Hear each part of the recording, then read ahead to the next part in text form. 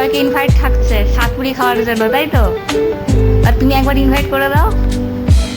সবাই আসবো সাতপুরি খাইতে। কি পূর্ণিমা সবাইকে ইনভাইট থাকলো স্পেশাল সাতপুরি খাওয়ার জন্য। আর মাও ডেকে দিল। এটা হচ্ছে বানানো, এটা হচ্ছে প্রথমবার সাতপুরি বানালাম। নমস্কার, কেমন আছেন সবাই? ওয়ার্ল্ড ক্রিয়েটিভিটি চ্যানেলে স্বাগত জানিয়ে আজকে সাতপুরির রেসিপি নিয়ে চলে এলাম। তো সাতপুরির রেসিপি বানাতে প্রথমে যে ইনগ্রিডিয়েন্টগুলো লেগেছিল সেগুলো পরপর আমরা বলছি।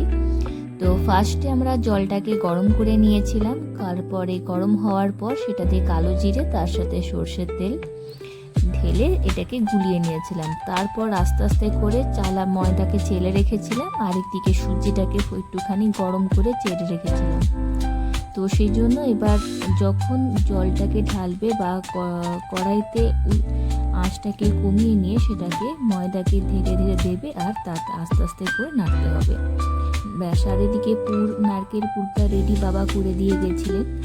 আর তারপর এদিকে দেখি আমাদের টোটাল লেচিটা বানানো হয়ে গেছে। এরকম আস্তে করে বেলে এবার আমাদের যে ছাঁচটা রয়েছে দেখতে পেলে এই ছাঁচটায় দিয়ে পুরটাকে একটুখানি দিয়ে তারপরে আস্তে করে এরকম চেপে দিলাম। ব্যাস, ছাঁচের সাথে হয়ে গেল, টোটাল রেডি। এবার গরম কড়াইতে ছাড়ার পালা, চলো সেটাও তোমাদেরকে দেখাবো।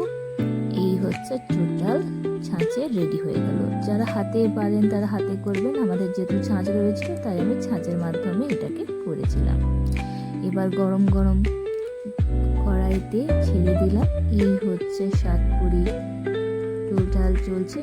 আমার খুব এক্সাইটেড মুহূর্ত, কারণ এটা আমার জীবনের প্রথম নিজের হাতে করা সাতপুরি। স্বাভাবিক, নিজের হাতে করা জিনিসের মজাটাই আলাদা, যাই বলো। এই ছিল টোটাল সাতপুরি। এবার দেখো এইভাবে লাল লাল করে ভাজার পর এবার তোমাদেরকে দেখিয়ে দিচ্ছি। হ্যাঁ, এবার রেডি হয়ে গেছে। এবার আমরা টোটাল তুলে এবার বাকি আমরা খাওয়ার জন্য সার্ভ করবো। চলো বাকি ভিডিওটা দেখতে থাকো, মজা নিতে থাকো। ভালো থেকো, সুস্থ থেকো, টাটা, বাই বাই।